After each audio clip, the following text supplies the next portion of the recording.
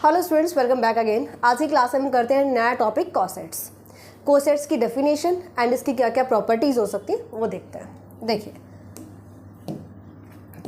Cosets हम यहाँ पे लेकर चलते हैं G a group with respect to multiplication binary operation, G be a group and H be any sub group of G. H यहाँ पे क्या है, कोई भी सब ग्रुप है जी का, ठीक है। So for any element A belongs to G, A हमने कोई जी का एलिमेंट लिया, देन द सेट, एक सेट हम यहाँ पे फॉर्म करते हैं एच ए फॉर्म में, ठीक है। एच इंटू ए, एच सब ग्रुप है जी का और ए एलिमेंट है ग्रुप जी का। इसमें किस टाइप के एलिमेंट होंगे, इसमें एलिमेंट होंगे H into a type. H is element of set H, ठीक है। यहाँ पर हमने H sub group of G, इसको मल्टीप्लाई किया G के एलिमेंट से एंड राइट साइड पे, है ना, H इंटू ए लिखा हमने, राइट। H के राइट में मल्टीप्लाई किया, then this is called right coset. This is called right coset of H in G। किससे मल्टीप्लाई कर रहे हो, ए से मल्टीप्लाई कर रहे हो, तो आप ऐसे लिख सकते हो right coset of H in जी। ये कोसेट किससे जनरेट कर रहा है, जनरेटेड बाय ए, क्योंकि इस सेट में जितने भी एलिमेंट होंगे ना वो ए के मल्टीपल में आएंगे, राइट। सो H1 अगर H2 मैं H के एलिमेंट लेती हूँ, सो H1A H2A इस टाइप के सारे नंबर किस में जाएंगे, HA में जाएंगे, तो सभी एलिमेंट ए से जनरेट करेंगे, ठीक है। अगर हम सिमिलरली अगर इसको हम ए एलिमेंट को एच के लेफ्ट में मल्टीप्लाई करते हैं तो इस सेट में एलिमेंट आएंगे ए इंटू एच फॉर्म में, where H belongs to H. This set is called left coset. ये क्या हो जाएगा, left coset of H in G generated by a. Clear भाई, तो ये आ जाएगा लेफ्ट कोसेट, ओके। अगर विद रिस्पेक्ट टू एडिशन आपको दिया जाए, ग्रुप गिवन है with respect to addition, H सब ग्रुप है जी का एंड एक ए एलिमेंट लिया मैंने जी का, देन आप कोसेट कैसे बताओगे, एच प्लस ए, इसमें एलिमेंट होंगे आपके पास एच प्लस ए फॉर्म में, where H belongs to H. This is called right coset, right coset, ठीक है भाई। और अगर a प्लस एच लिखते हो, इसमें एलिमेंट आएगा a प्लस एच फॉर्म में, h belongs to h। This is called left coset. तो यहाँ पर ये ग्रुप आपके पास मल्टीप्लिकेशन बाइनरी ऑपरेशन के साथ था और यहाँ पर बाइनरी ऑपरेशन गिवन है एडिशन, ठीक है। तो इस टाइप से हम लेफ्ट और राइट कोसेट्स लिखेंगे, ओके। अगर आपके पास G ग्रुप अबिलियन गिवन हो, if G is an abelian group, abelian group होता है तो हम क्या बताते हैं, then A X equals to X A for all X A belongs to G, यानी जी के सारे एलिमेंट कम्यूट करेंगे, है ना। यहाँ पर H क्या है, सब ग्रुप ऑफ जी, यानी कि कोई H का एलिमेंट आप लेते हो तो वो कहाँ जाएगा, H सबसेट है जी का, ठीक है। तो H एलिमेंट मेरा कहाँ जाएगा, जी में तो जाएगा ना।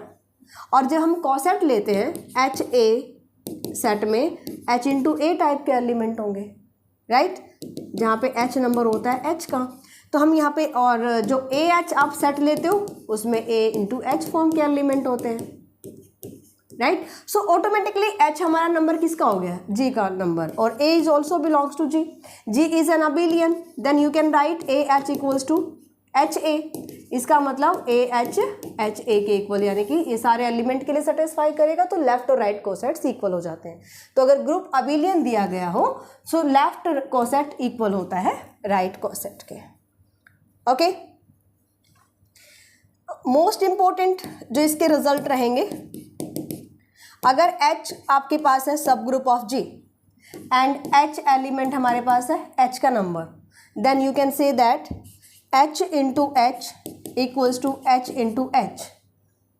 H को अगर आप H ही एलिमेंट से मल्टीप्लाई कर रहे हो तो ये किसके इक्वल आएगा, H के इक्वल आएगा। नेक्स्ट क्या कहता है, आपके पास दो राइट कोसेट्स हैं, H1A and H2A, these are two right cosets, ठीक है।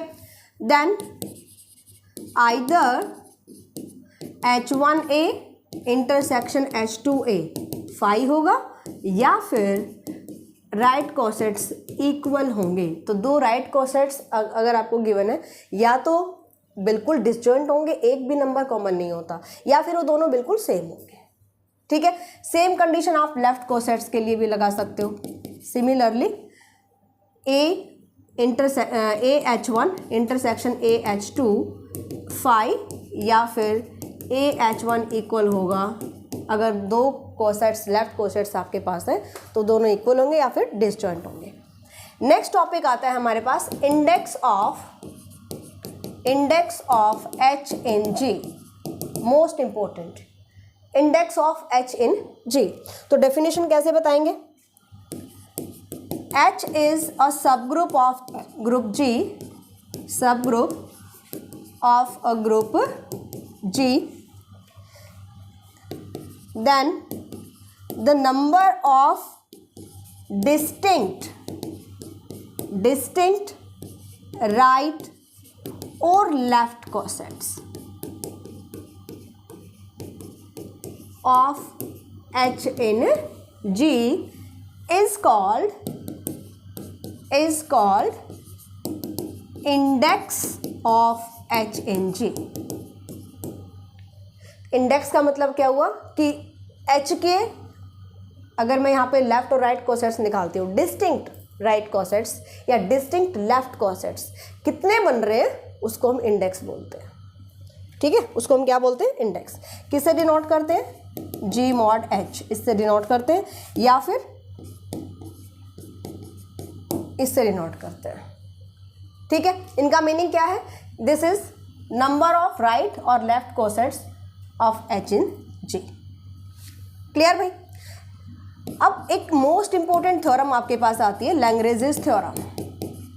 क्या कहती है भाई, लैग्रेंजेस थ्योरम क्या कहती है कि order of each sub group of a group of अ, बल्कि फाइनाइट ग्रुप लिखो, of a finite group is a divisor of order of that group।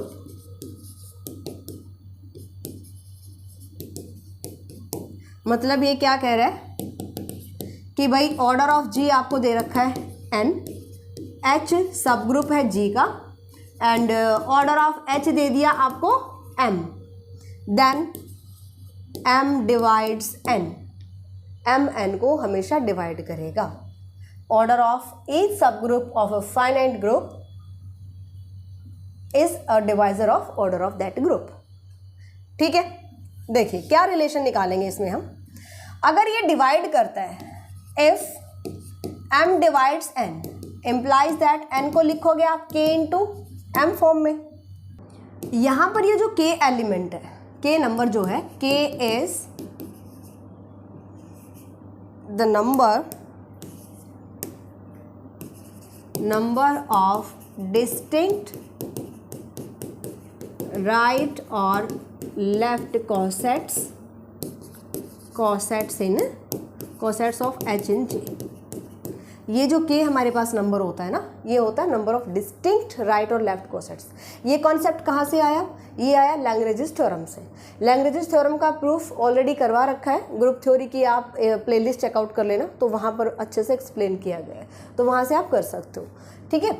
So N equals to K into M। K यहाँ पे है number of distinct right या फिर left cosets of H in G। तो यहाँ से मैंने M को लिखा N बाई K, N क्या हो गया, order of G, K number of distinct right cosets, इसका मतलब index of H, index of H implies that index of H in G is divisor of order of group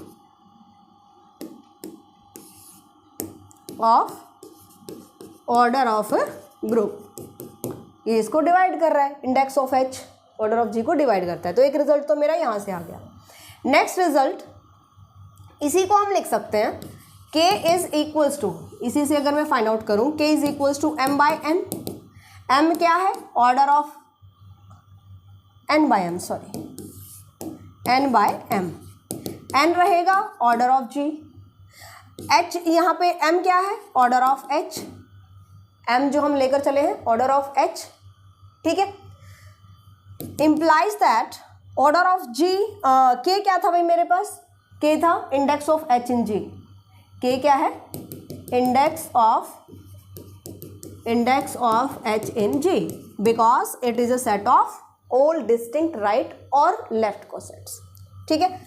that means order of g divide by order of h is equals to index of h in g। इसको हमने किससे denote किया था, g mod h से।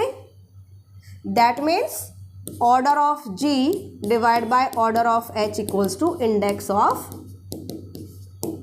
h in g, ठीक है। तो अगर आपको इंडेक्स फाइंड आउट करना है, number of cosets, right cosets कितने होंगे, नंबर ऑफ लेफ्ट कोसेट्स कितने होंगे डिस्टिंक्ट, तो वो कैसे निकाल सकते हैं, order of g by order of h। Clear भाई, तो यहां से हमारे पास ये रिजल्ट आ जाते हैं। अब इसी लैग्रेंजेस थ्योरम से एक और रिजल्ट आता है, या आप बोल सकते हो converse of Lagrange's theorem.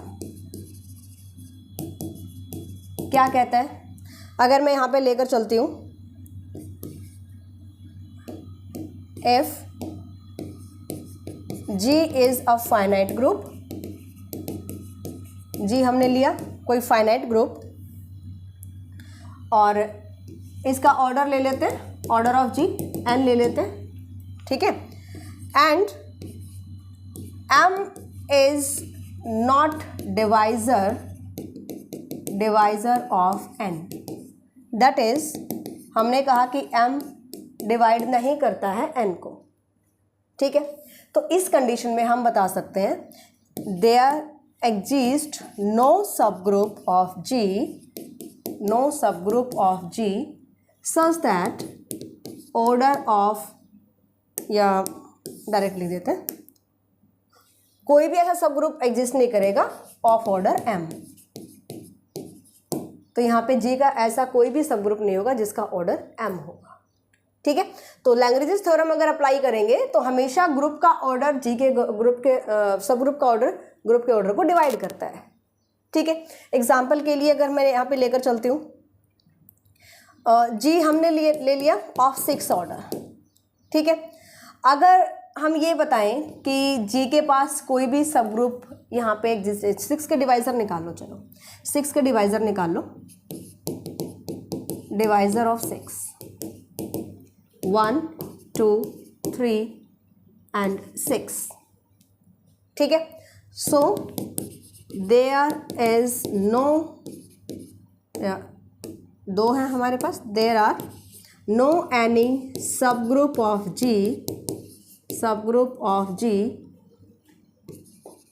have order 4 and 5। तो ऐसा कोई भी यहाँ पे सब ग्रुप एग्जिस्ट नहीं करेगा जी का जिसका ऑर्डर 4 या फिर 5 हो, ठीक है। तो ये होता है converse part of Lagrange's theorem, okay. So हम ये बोल सकते हैं कि अगर किसी ग्रुप का ऑर्डर प्राइम ऑर्डर है, therefore we can say that